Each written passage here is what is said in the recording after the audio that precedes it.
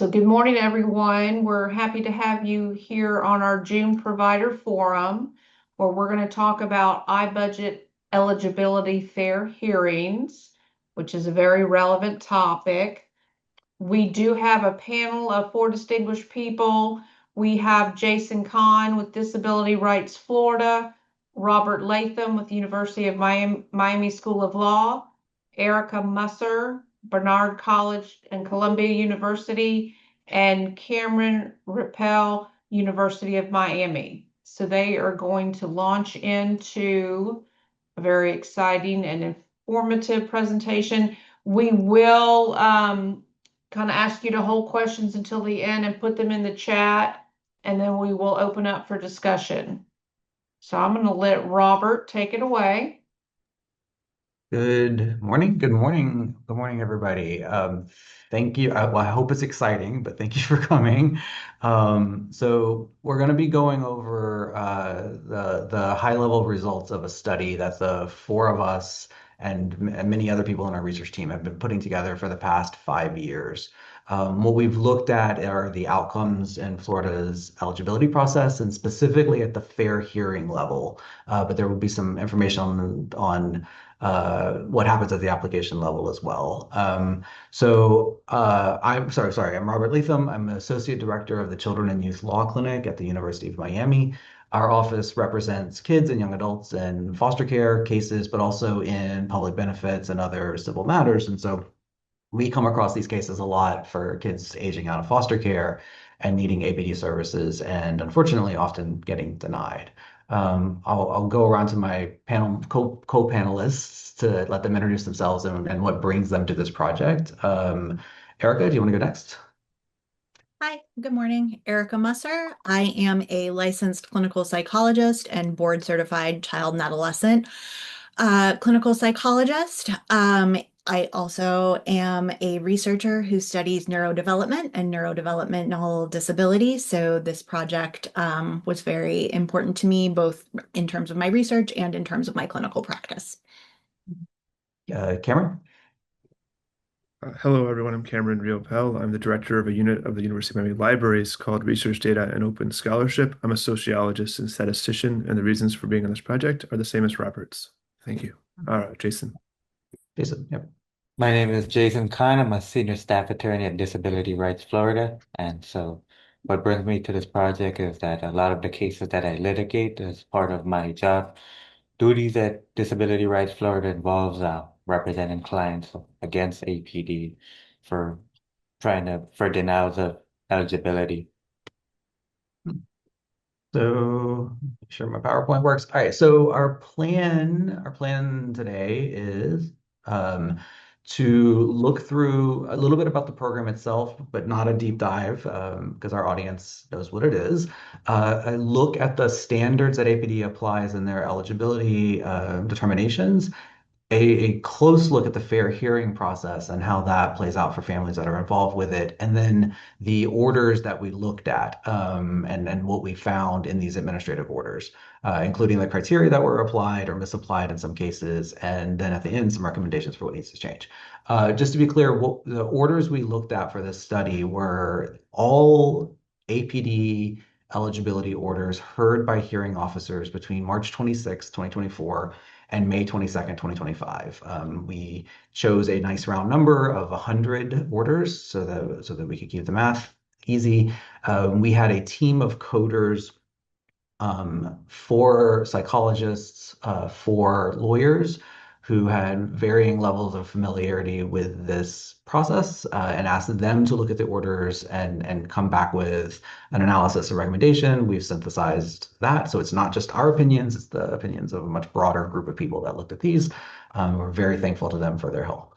So let's jump in. The iBudget waiver, as many of you on this call will know, is the primary mechanism in Florida for helping people with developmental disabilities avoid institutional placements.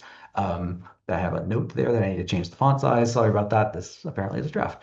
So the iBudget waiver, according to APD's records in the background or on background, currently serves approximately 70% people with intellectual disabilities. That is, sorry, 70% of the iBudget waiver involves people with intellectual disabilities. Only 17% of people on the waiver are diagnosed with a primary diagnosis of autism. Cerebral palsy is 10%, and then the numbers go down from there. A handful of people on the waiver, 126 for Prader-Willi syndrome and 51 for Phelan-McDermid, are also on the waiver. We did not look at any of those. They just did not show up in the orders at all. In our 100 orders that we looked at, there were only 2 or 3 that were cerebral palsy or Down syndrome. So we could not make reasonable conclusions from those. So the primary focus of our study is going to be intellectual disability and autism. Really quickly, just the big picture numbers. Between the years of 2023 and 2024 and the time period that we're looking at, overall in all of APD applications, only 53.7%, 53.7% of people were found ineligible. So over half of people who applied during those 2 years were found ineligible. For people who were on the wait list during that period of time, the median time on the wait list was 10 years. So even for people during that period who had been approved in the past, they were waiting for very long periods of time even to get onto the waiver. And then the appeal process through the fair hearing process, which is what we're looking at, had a very, very low approval rate. Only fewer than 5% of appeals were successful. And then you're going to see soon in our study, in the 100 orders that we looked at, only 2 orders out of the 100 resulted in a hearing officer reversing APD's decision. Really quickly, here are the demographics of people who apply to the waiver.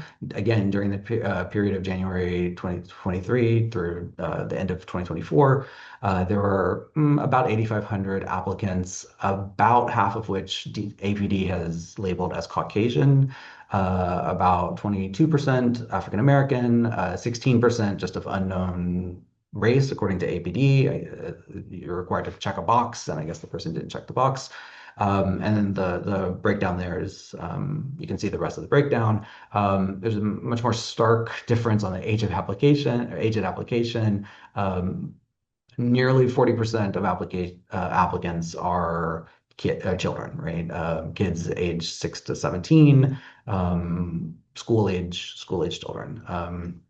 But we did see applicants in our study clear into their 50s, and we can talk more kind of about their experience. And then we also saw applicants in our study under 5 in the high risk categories.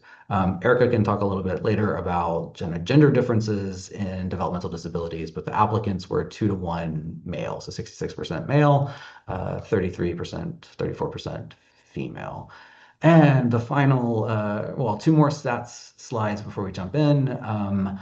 The denial rates, that denial number I gave you earlier, breaks down by disability significantly. So the denial rates for autism were nearly 2/3 of people who applied under a primary diagnosis of autism were denied.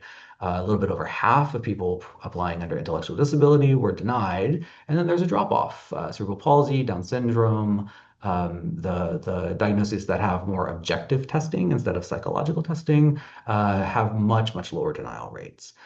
We did break this down in our full report by region, age, and race. You'll see a little bit about that next. Gender wound up not independently mattering. That was mostly any differences in gender could be explained by the diagnoses, but age, race, and region did have significant differences, even controlling by diagnosis. And another quick note on the autism denials, they're actually higher than 64% because there were another 20% of applicants who applied under autism but were approved under another category, so either intellectual disability or the high risk category. So that's pushing the autism denial rates up into the 80% range, which is very high and something we can talk about later about why that would be. To dig into that a little bit more, just being approved doesn't mean, as we said, that you get onto the waiver. Again, there's the numbers for denial at the top that mirror the last slide. The enrolled on the waiver numbers for autism, again, this is between 2023 and 2024, about 8% of people who applied under autism were enrolled on the waiver shortly thereafter, within the time frame that we were looking at the data for the background data. About 13% of intellectual disability, 20% of cerebral palsy, 24% Down syndrome. It's that middle gray part of the bar that we're interested in as well. Those are the waitlist numbers, and also people who were had their cases closed out either because they did not follow through with the process or APD lost contact with them. So we kind of put those in the waitlist group as well as kind of indefinite waiting, right? And you can see that the autism numbers are just denials, right? But even in Down syndrome, even if you're approved, 60% or so are still going to be on the wait list. And there was significantly fewer administrative closures on these. We break those down fully in the report. Yep, and then finally, I believe region. If you're curious about how it broke down by region, again, from 2023 to 2024, about 43% of applicants from the Suncoast region, so that's the Hillsborough, Pasco, Pinellas County area. 43% were approved in Suncoast region, but only 23% were approved in the Southern region. And so there were a lot of variations regionally, and that does raise a lot of questions about how that process is being done at the local regional office level. Raises questions about how different offices engage people who are applying. So, for example, in the Northeast region, the approval rate, not that different from the Northwest and the Southeast, but they had a significantly higher number of administrative closures, just people that they lost contact with during the process. So there were some variations here that are interesting, again, as background for our project. That just show that even where you live could matter on your chances of approval. Okay, so I'm going to stop talking for a second and hand it over to Erica or Dr. Musser to talk a little bit about the differences between APD's definitions and the definitions that our clinicians in the community are applying when they're writing reports. This is going to be a major factor in the denials that we saw. So that's where we're going to start. Erica, take it away. Thanks, Robert. So as I mentioned, I'm a licensed clinical psychologist, and one of the maybe most surprising and disheartening, but also highly addressable things about our findings for me as a clinician is the fact that the definitions of autism and intellectual disability used by APD are not the definitions used in standard clinical practice. In fact, the definitions used by APD are over 30 years old, which means they're based in scientific evidence that's severely out of date. Despite relying on clinician reports and evaluations as evidence, a valid clinical or medical diagnosis is not the same as meeting APD's criteria. So allow me to elaborate here what I mean. Clinicians, myself included, use the DSM-5-TR or the ICD-11 to define the diagnostic criteria for both autism and intellectual disability. Florida's eligibility rules use different standards, which seem more closely, though not always perfectly, related to DSM-4, which was published in 1994.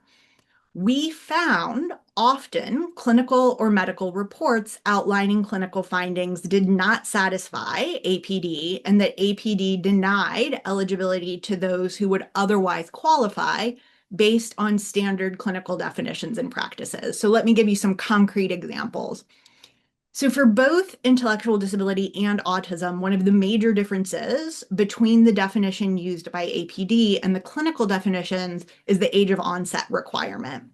APD's definition requires evidence of onset prior to 18 years old for intellectual disability and during either infancy or childhood for autism.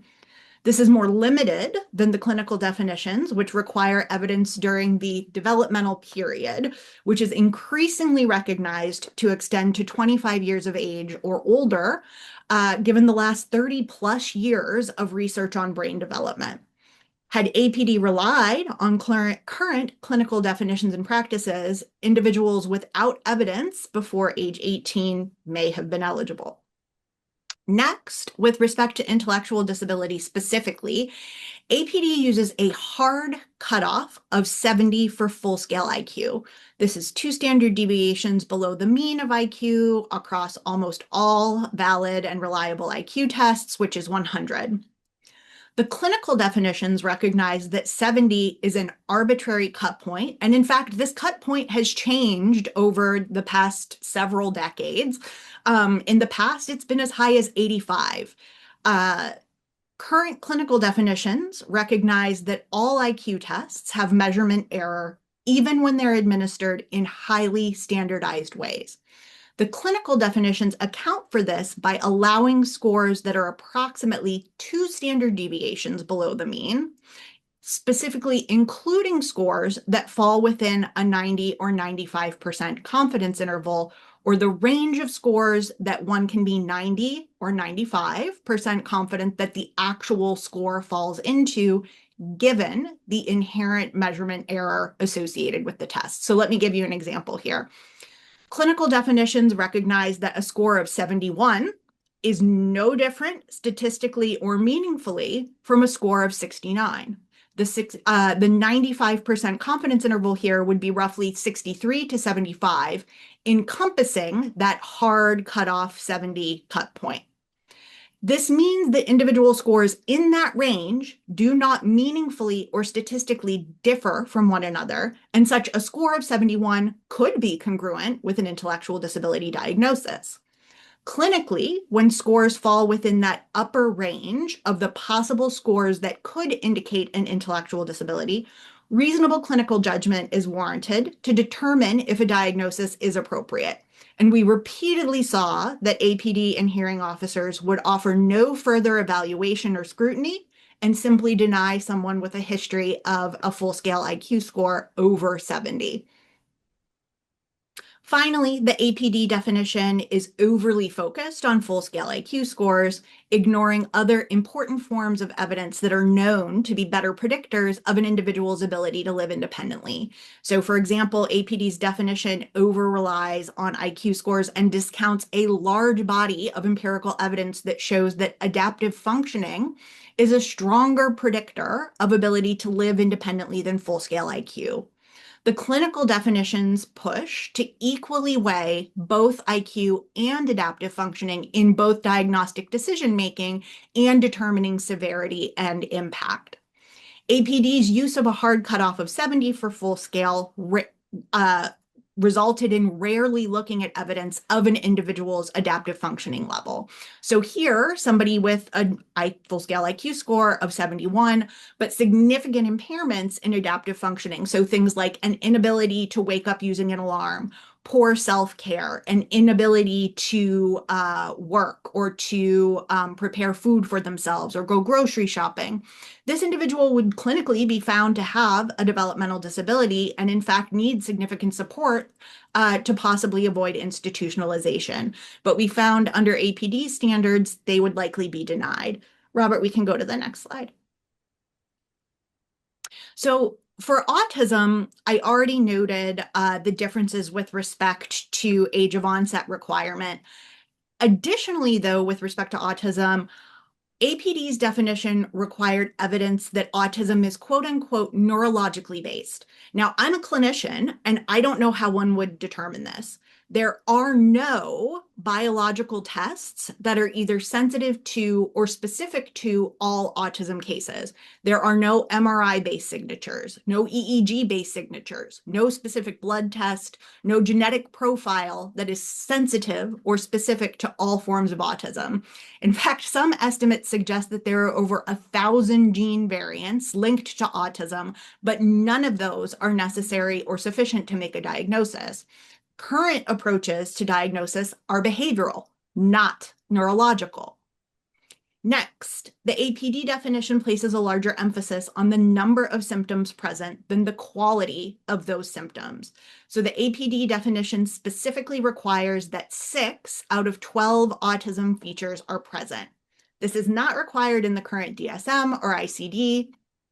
And when determining eligibility, APD placed equal weight on all autism features. So for example, a lack of imagination would be given equal weight to complete lack of spoken language. Clinically, it's known that a lack of spoken language would likely cause more impairment and so would be given more weight in determining both diagnosis and severity. Here, according to APD, these features would count the same, one of the 6 required features.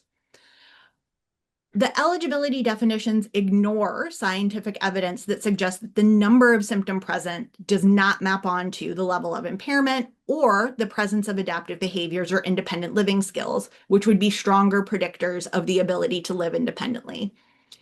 With respect to autism, the last or one of the major differences from the APD definition is that the APD definition for autism requires that the disability cause severe learning, communication, and behavior or behavior disorders.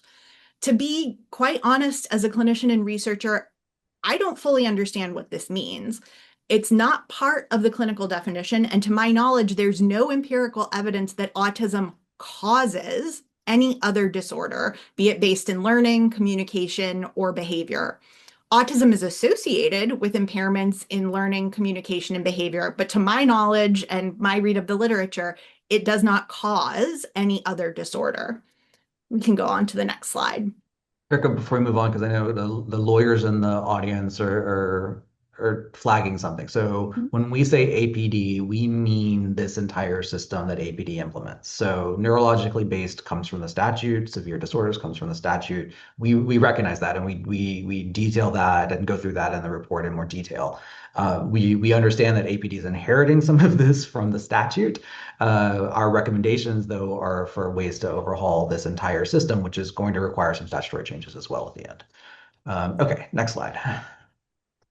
So importantly, these definitional differences also means that when clinicians like myself are writing reports, they don't necessarily know that they need to speak to a different set of criteria than those that are used in standard clinical practice.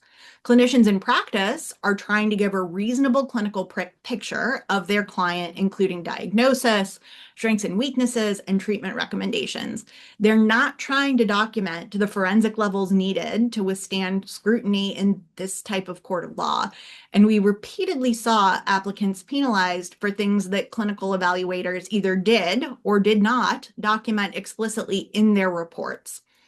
Oftentimes, there would have been no way for the clinician to know that they needed to speak to these other specific standards that are utilized by APD. The problems caused by these definitions would be easily addressable by APD and the Florida legislature. They could simply update their definitions to those that are based on current scientific literature and standard clinical practice. So overall, just to summarize here, APD's definition is more narrow and outdated than the clinical definitions, which are based on decades of empirical evidence, and it results in unfair exclusion of those who might otherwise require services that are provided by the waiver. So we're going to turn to Jason.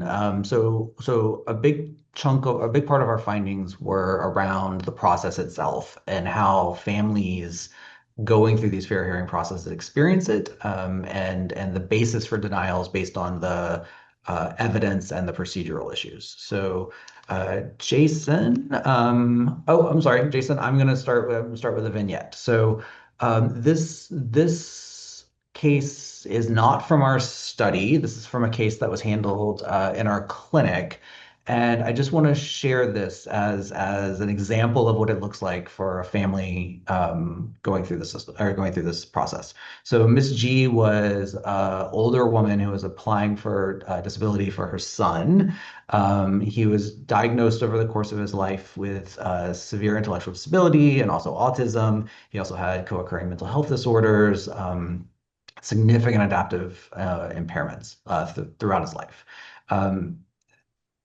What he did not have was documents from his childhood because Mrs. G and her son had fled domestic violence from another country and had none of those records with them anymore. She applied for APD benefits multiple times for him, actually, and conducted a fair hearing by herself, no attorney, no advocate. And this is a transcript over on the right from the main part of her argument in that fair hearing. And just to go through it really quickly, the hearing officer says, "Ma'am, I can't give you legal advice or help you present your testimony, your case, or your evidence." Her response is essentially, okay, I understand he needs a different life than the one he has locked up in the house. He needs to socialize. He needs to go out, do sports. He doesn't have a normal life like a normal person. I don't have the resources for me to take him in order to have a different life. I want you to take into consideration. I'm asking you to take into consideration. I'm begging you to please help me. I'm praying that you will help me. It's a very difficult life. Our family is living with a child here this whole time. Hearing officer's response, any other testimony you wish to provide? I need the help, she says. Any other testimony you wish to provide? I'm just asking for your help. The hearing officer then turns to APD to cross-examine her. She did not know what she was supposed to present. She had submitted her evidence, her documents, and this was the sum of her argument in this case. It was denied, to say the least. And the consequences of this were permanent. She did eventually get legal help, our clinic. We were able to track down her son's psychologist who was willing to testify, even though there were no records about his childhood conditions, and put forth the evidence from childhood that they were looking for. APD denied the second application. At the fair hearing on that one, they moved to have it dismissed as res judicata because she could have presented that evidence in the first hearing and his elderly mother did not. And therefore, he was permanently precluded from establishing his eligibility, even though the evidence was now available. We do have an appeal pending on that case, but it's an example, right? For every order that we looked at, where it said evidence wasn't provided or evidence wasn't submitted for XYZ, we had to look at that skeptically to wonder whether the family member who handled that case even knew to provide it. Jason, you have a lot of experience handling these cases. Talk us through what this looks like for petitioners and respondents. So most applicants who do not have an attorney, they don't realize just how complicated and how much preparation is involved in adequately preparing for these cases. Um, they don't realize that the petitioner carries the burden of proof and must provide all of the documentation. So Disability Rights Florida, as I prepare for a case, we get all of the evidence from we request the evidence packet from APD. Most of these applicants don't know to do that, as 77% are represented by a parent or relative. And then, as part of our preparation, we depose sometimes the APD psychologist. Um, and then most applicants also don't know that 10 days prior to the fair hearing, they need to provide a numbered evidence packet with all of the up-to-date testing. And most applicants learn the rules only after they've already failed to meet them. APD, on the other hand, they have a licensed attorney on staff. They also have staff psychologists at all times who appear in all of the hearings. They all know the hearing officers.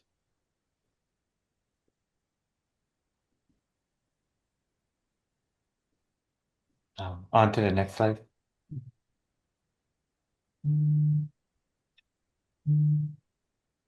And APD decides what counts, and most families don't know the rules. Like, for example, only a Florida licensed psychologist can diagnose both autism and intellectual disability. And so most applicants only have access to a school psychologist, and so they can only make the diagnosis for intellectual disability under the APD rules. And also, there's only certain tests that are accepted. So oftentimes in the school setting, the school psychologist may do a test called the Reynolds testing, for example, and that's a test that's not accepted by APD. And then losing once can mean forever. Um, Now APD has been kind of dropping the hammer on individuals who lose and then try to reapply, saying that they can no longer reapply because they already lost. So this has been highly prejudicial for some individuals.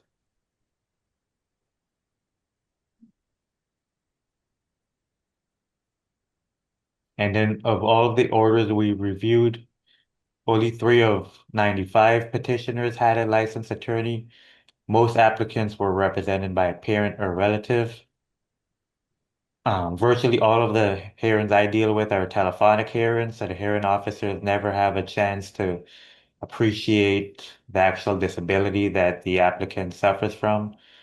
Um, there's not really an emotional aspect where the hearing officer can see what that applicant is going through. It's just a quick phone call, and most of the applicants perceive it as a quick phone call. But in reality, it's an actual trial by phone. 92% of hearings featured APD staff psychologists as a witness, testifying about people they never met.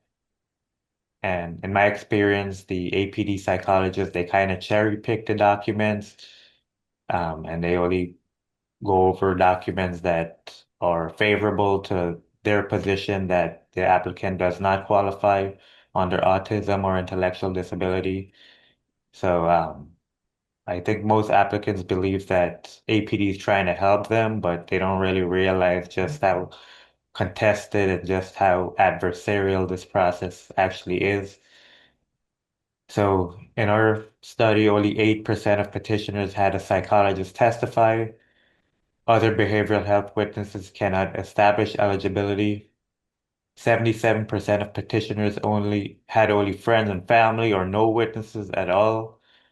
So their testimony was rarely given any weight. So at Disability Rights Florida, how we prepare for these hearings is we actually hire experts.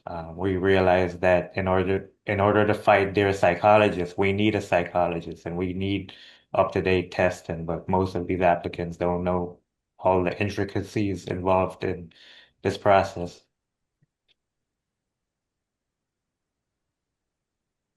Thank you, Jason.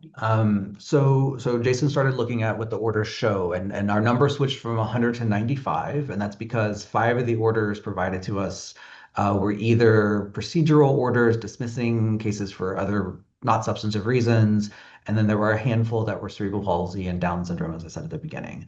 What we asked our coders to do as they were going through them was to look at whether they thought different parts of the reasoning were clinically and legally reasonable. So the lawyers were looking at it from a legal perspective, the clinicians were looking at it from a clinical perspective. And big picture overall, there was variety in this. So our our coders found about a third of the autism orders overall reached a reasonable conclusion. About a third, maybe a quarter were unreasonable, and then about nearly 40% in the middle where they just couldn't make a determination. By contrast, in the intellectual disability cases, it was a much higher rate of reasonable, 43%, or 41% for unreasonable, and a significantly smaller range of cases where the coders didn't feel like they could tell one way or the other based on what they were reading in the orders. And this was a notable fact throughout.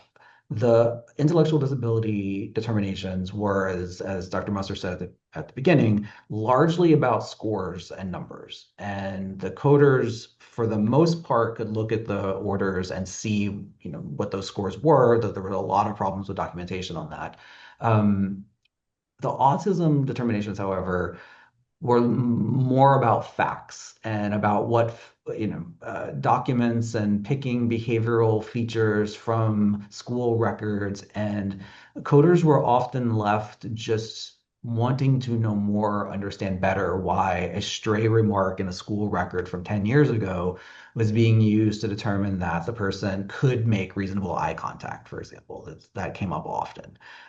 So what we found is just that the orders just had a harder time explaining the outcomes in autism cases, at least to the extent that our coders could agree that those were reasonable or unreasonable. On this slide, really quick, the other thing to note is when we say reasonable, often our coders found a decision reasonable, not because they fundamentally agreed with this process, but because the order itself just didn't have enough information. So, for example, in intellectual disability cases, applicants who applied with an IQ test where the scores were clearly in the mid to high 80s and no adaptive functioning test, our coders found the ultimate denial reasonable in a case like that, even though they would, for example, want to see more testing or wanted more information. The other, yeah, so on the reasonable, the reasonable determinations for our coders were often because of lack of information or because a person applied who just clearly, even from the face of the order, did not qualify. What was more interesting to us is the unreasonable ones, and we'll talk more about those. Um, Jason, you talked earlier about the need for evaluations, right? And APD is supposed to refer those evaluations. Can you talk a little bit more about that and how that would help?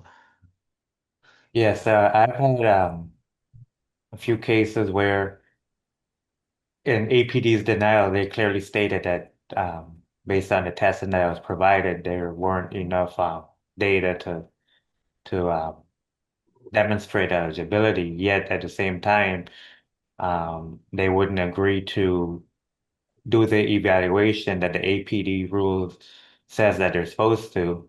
Then they would go back and say things such as, well, now we do have enough information, when in reality their denial stated that they didn't, and then they would just contest doing the evaluation. Um, Right. And in the orders we saw, three of the orders clearly had an evaluation referred by APD, only three out of the 95. Um, our coders noted the need for an evaluation based on the statutory and APD's regulatory criteria in 87% of the orders. It was clear that there were concerns about the evaluations in the order. An additional evaluation would have been warranted. We did a public records request to APD for how many evaluations they refer each year, and you'll see that on the right there. Um, Historically, back in the late 2000s, they were doing hundreds per year. And then there was a significant drop off starting in 2019. And then in more recent years, they've done 20 or so evaluations per year that they could tell us about. We did ask them for a comprehensive list. We did because we wanted to study how those evaluations were used, and the APD was not able to provide that list without manually going through all the files and looking for them, which was not something we could afford to pay for because they would charge us for that time. So really quickly, there were two reversals, as we said at the beginning, in these orders, and our coders agreed with both reversals. The hearing officers reversed APD's denial in both cases. One was an intellectual disability case with a person with IQ scores below 70, but a spread, a scatter of IQ scores below 70, and some subscore variants, which we'll talk about in a little bit, and a history of brain injury, so traumatic brain injury. The hearing officer found in favor of that person. And in the other one, the other case that was a reversal, the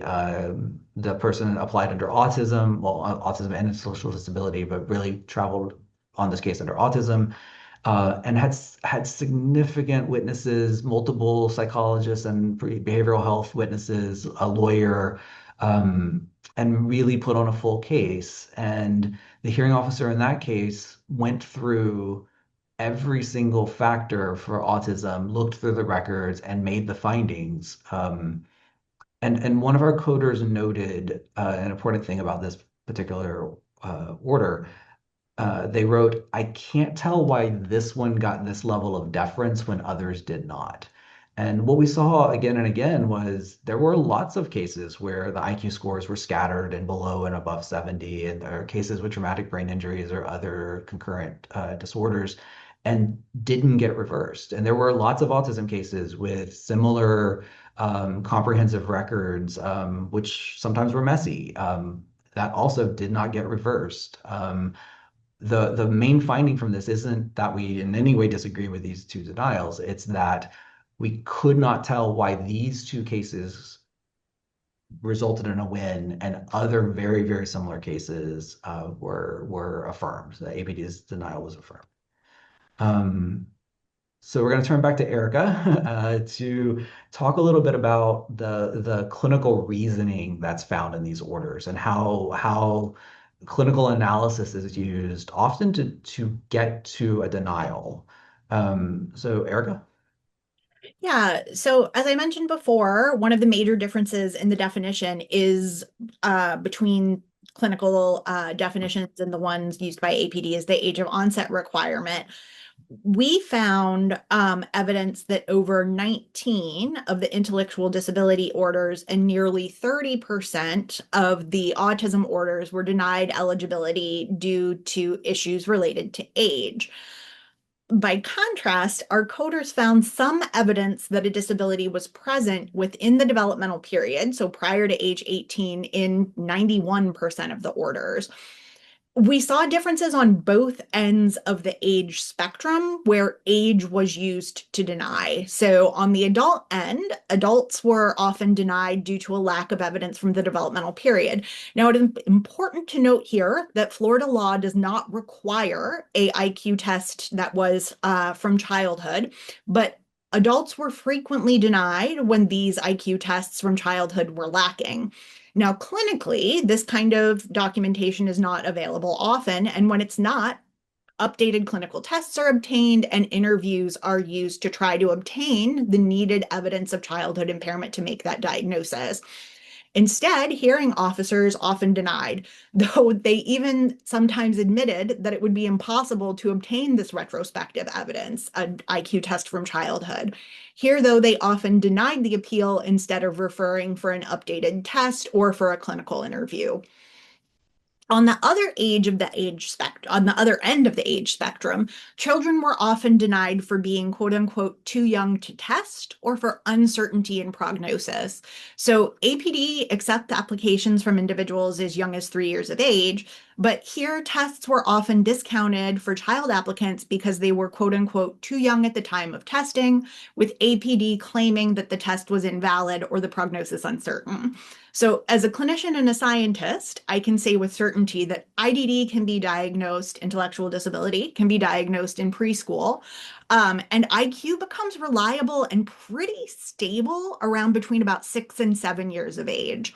Autism can be diagnosed as young as 14 months, with diagnoses thought to be highly reliable by age 4.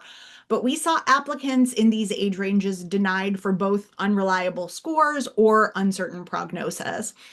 One coder noted regarding specifically a 6-year-old applicant who tested with an IQ score of 44, whose score was being argued as unreliable due to age, quote, "I have no reason to believe that her IQ will ever jump the 26 points needed to exceed APD's cutoff of 70. That is, even if an IQ isn't 100% stable by age 6, that would be an increase in IQ of nearly 2 standard deviations. And that's just, it's exceedingly unlikely." Next slide. There were some additional examples of inappropriate interpretations of evidence specific to cases of intellectual disability. So I mentioned the hard cutoff of 70 as a full-scale IQ as part of the definition, but full-scale IQ is only one component of an overall pattern of IQ scores that are obtained in testing. IQ tests are made up of several subscores in addition to full-scale IQ, so things like verbal intelligence, processing speed, working memory ability. According to APD standards, when such a pattern of variability among those scores is observed, closer scrutiny is warranted to determine whether an individual is eligible. Time and time again, we saw this variability used to simply throw out FSIQ scores altogether, deeming them unreliable due to this variability. Sometimes this even happened when there wasn't true score variation. So again, I had mentioned confidence intervals helping us to understand that scores aren't a single score, but rather a range of possible scores. And sometimes scores were tossed out even when statistically the subtest scores were identical. This closer scrutiny was often not applied, and APD consistently required that there be no pattern of strengths or weaknesses and ruled against applicants when there were such patterns of strengths and weaknesses. This isn't in line with current science or clinical best practice, which expects at least some variation in subscores, even among those who have an intellectual disability. Such patterns of strengths and weaknesses are also not predictive of an independent person's ability to live independently. So the closer scrutiny rule should have demanded that something like adaptive functioning or independent living skills be closely examined, but they were not. Interestingly, when commenting on how much variance among scores was too much, APD often cited specific levels of variance that were deemed to be too much. So for example, once they said 12 points, another time they said 14. There were other examples of cut points that were considered to be too much variance by APD. But these cut points aren't consistent with clinical practice, nor are they consistent with one another. And the thresholds for what represents an uneven profile appeared to be applied arbitrarily. In reality, we would need to look subtest by subtest on a test-by-test basis to determine if patterns of variability are common in the general population and to determine if something was truly statistically different. So this is something that would require extra examination, which was not given. A good rule of thumb in terms of trying to assess this would be a full standard deviation of difference between scores, but this was rarely applied.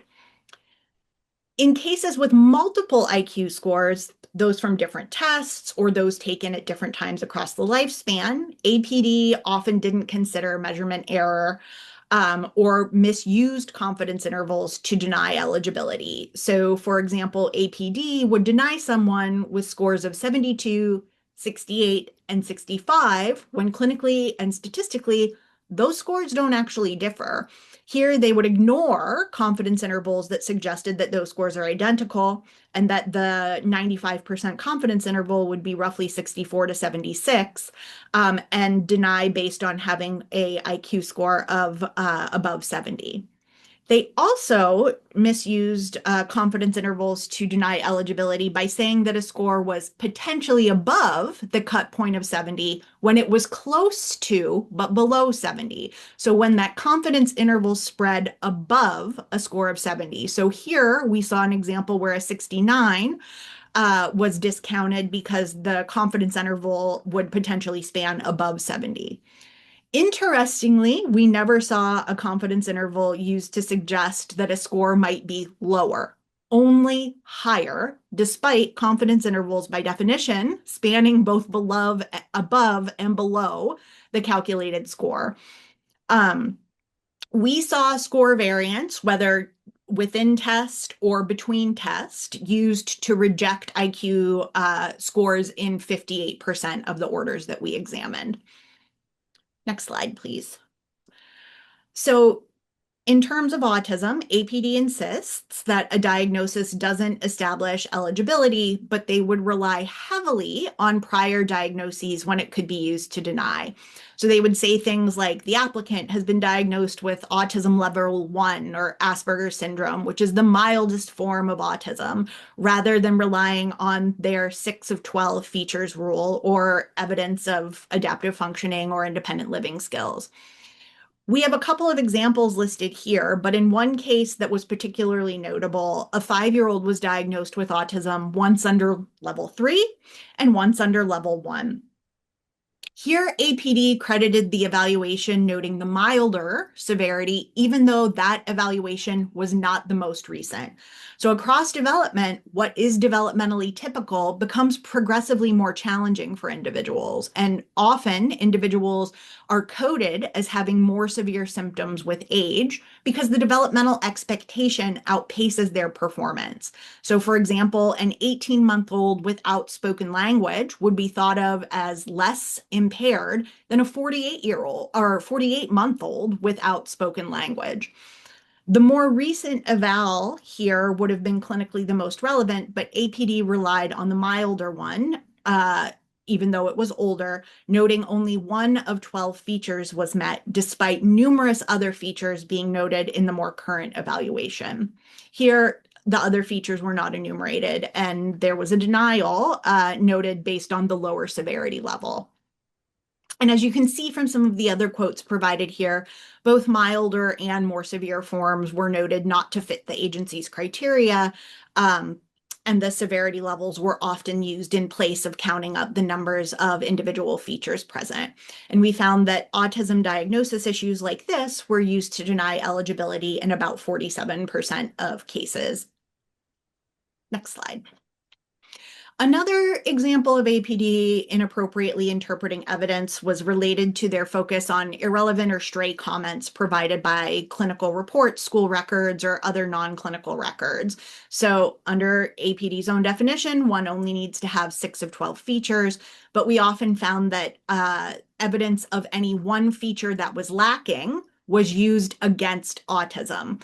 Again, like with the severity levels, they simply weren't evaluating each feature separately and tallying whether 6 of the 12 features were present. So, for example, APD used a clinical report documenting an instance of eye contact during an evaluation as evidence against autism. This wouldn't clinically impact a diagnosis if other evidence was present. That is, a lack of one feature does not invalidate the possible presence of other features. We also saw an applicant who had a diagnosis of autism since age 2, and the order noted that according to the evidence, he is kind, has a great sense of humor, attempts to follow the tune of songs, and is affectionate towards adults. And he did not meet the criteria for autism. The order was silent on each of the other 12, each of the other features, and did not evaluate each of these independently. Additionally, expert witnesses often made comments that weren't backed by scientific evidence. So we had an APD expert witness testify and a hearing officer find that individuals with autism don't display facial affect or understand humor, and this is just categorically false. These sorts of behaviors and social observations were used in nearly 36% of orders, and coders found that about 65% of those observations were unreasonable or unjustified. 70% of the orders found that none of the 12 features of autism were met, despite many of those individuals having an existing diagnosis. So running out of time, so we'll do this quickly. So what needs to change? From our perspective, lots of things. And then we'll open up to questions. We are first and foremost calling for to modernize the definitions, get them in line with clinical practice, to be more transparent with applicants about what is going to be required on the front end. Our report does go into the application process in more detail and how late applicants find out about problems in their applications. Use the clinical referral requirements more comprehensively to get neutral information and actually build a case for eligibility instead of just poring over the records that exist, which may be imperfect. We would highly recommend that statistics be applied and modern clinical science be applied in a consistent way, not in a way just to reach a denial whenever possible. The advocacy gap is huge in these cases. The number of families just appearing by themselves. Florida needs significant investment in its advocacy infrastructure for families. And a problem that we found is just the documentation of this process was so poor at so many places that it was hard to tell whether or not overall the opinions and the orders were reasonable. And significant training needs to go in for the hearing officers and for everyone involved about what should be clinically documented, so that an independent reviewer could look at these and feel comfortable that families got the care and attention they needed and that the decisions were justified. Um, Really quickly, what families should know. Our big picture takeaways for families, as several of us have said already, this process, the fair hearing process, is adversarial. APD is not going to help you. And in fact, they will use the hearing to point out all the ways in which your evidence is lacking. And even if they've been collegial up to that point, that stops when that hearing starts. These hearings are costly in terms of time, money, and the emotional energy involved. And even if you win, you're fighting for a spot on a wait list, which you or your family, your loved one could be on for over 10 years. So keep that in mind when going through this process. Know that your records will be scrutinized, that just because a doctor has said a diagnosis is present doesn't mean that APD will agree with it. And in fact, it is often better to have that doctor present to defend themselves than to rely on the paperwork, because we saw significant examples of APD leveraging the lack of the doctor to misread or read documents in a certain way to reach an eligibility. Clinicians in our community need structured reports around this, better training in our general community around how to write a report for these purposes. APD could help by actually providing structured reports for clinicians to fill out instead of relying on reports that were not designed for this purpose. And finally, please don't try this alone.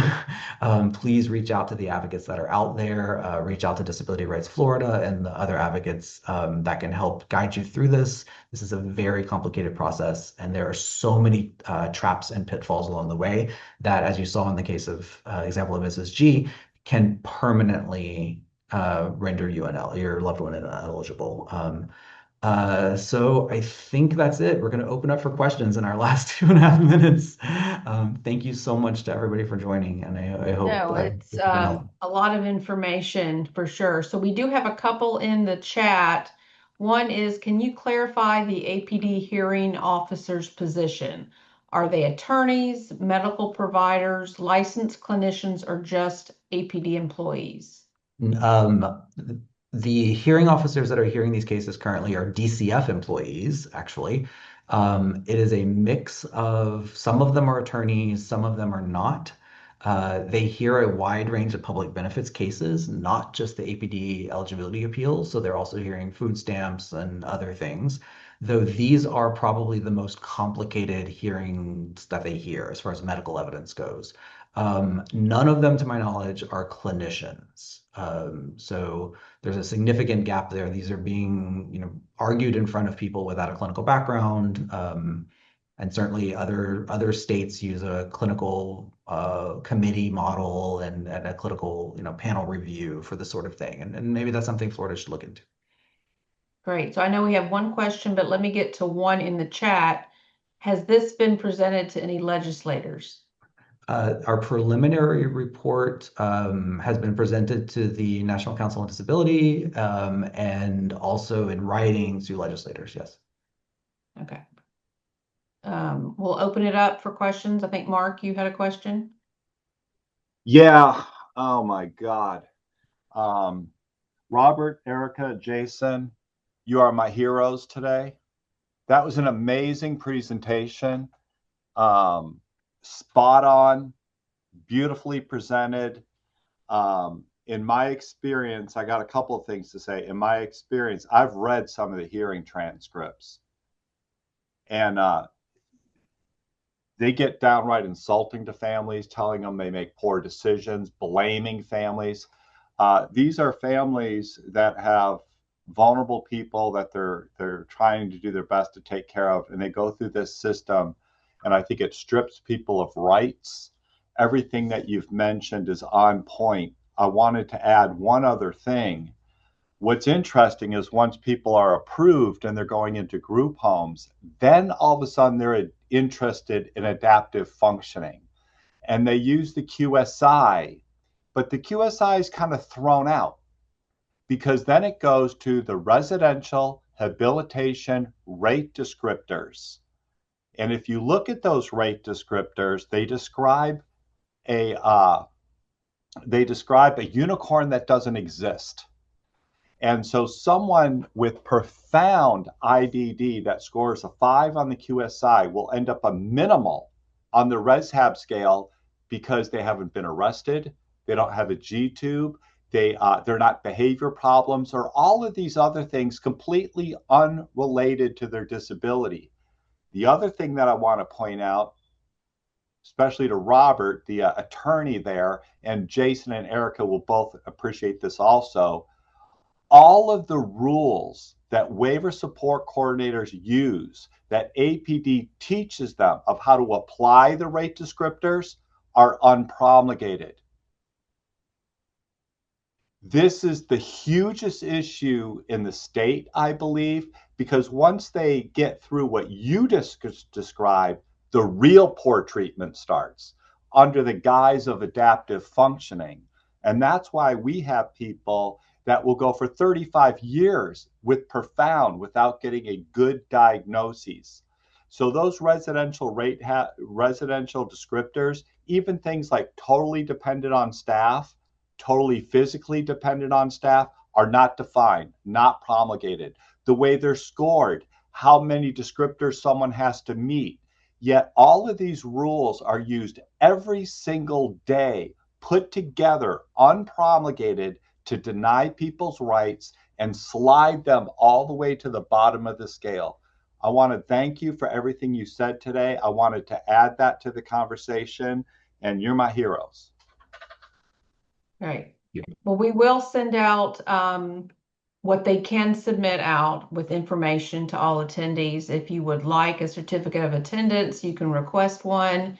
We will put this on our YouTube channel by the end of the week. So we definitely thank Robert, Erica, Cameron, and Jason for your time and knowledge today. Thank you, So everybody. we hope everyone has a great week.